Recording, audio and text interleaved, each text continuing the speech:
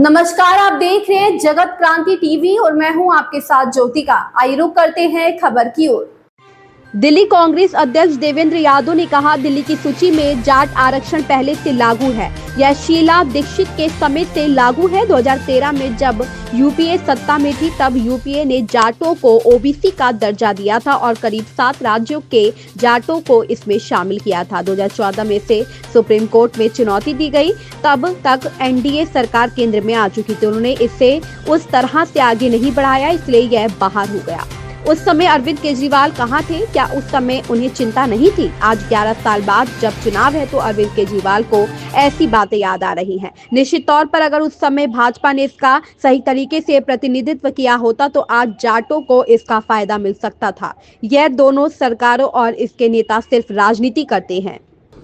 देखिए, एक बात तो स्पष्ट ये समझ लें कि दिल्ली की जो सूची है उसमें जाट रिजर्वेशन लागू ऑलरेडी है और ये माननीय शीला दीक्षित जी के समय से ही लागू है।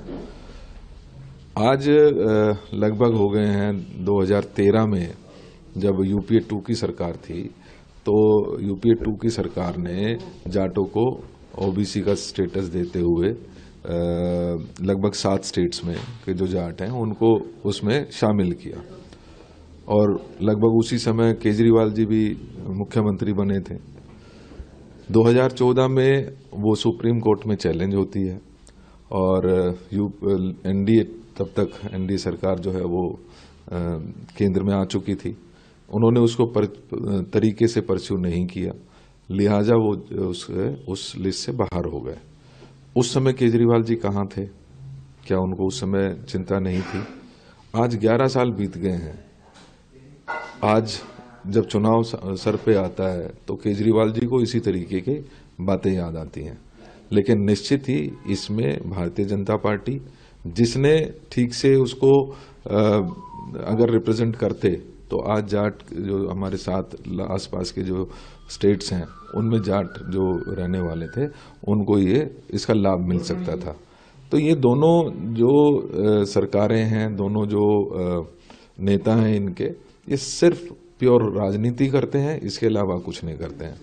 अगर कोई हितैषी है, सभी को ध्यान में रख कर काम कोई करने वाली है तो कांग्रेस पार्टी है और उसी के चलते ही ये फैसला 2013 में लिया गया था, लेकिन उसको मेंटेन नहीं कर पाई एनडीए सरकार। तो कटघरे में कौन खड़ा होता है?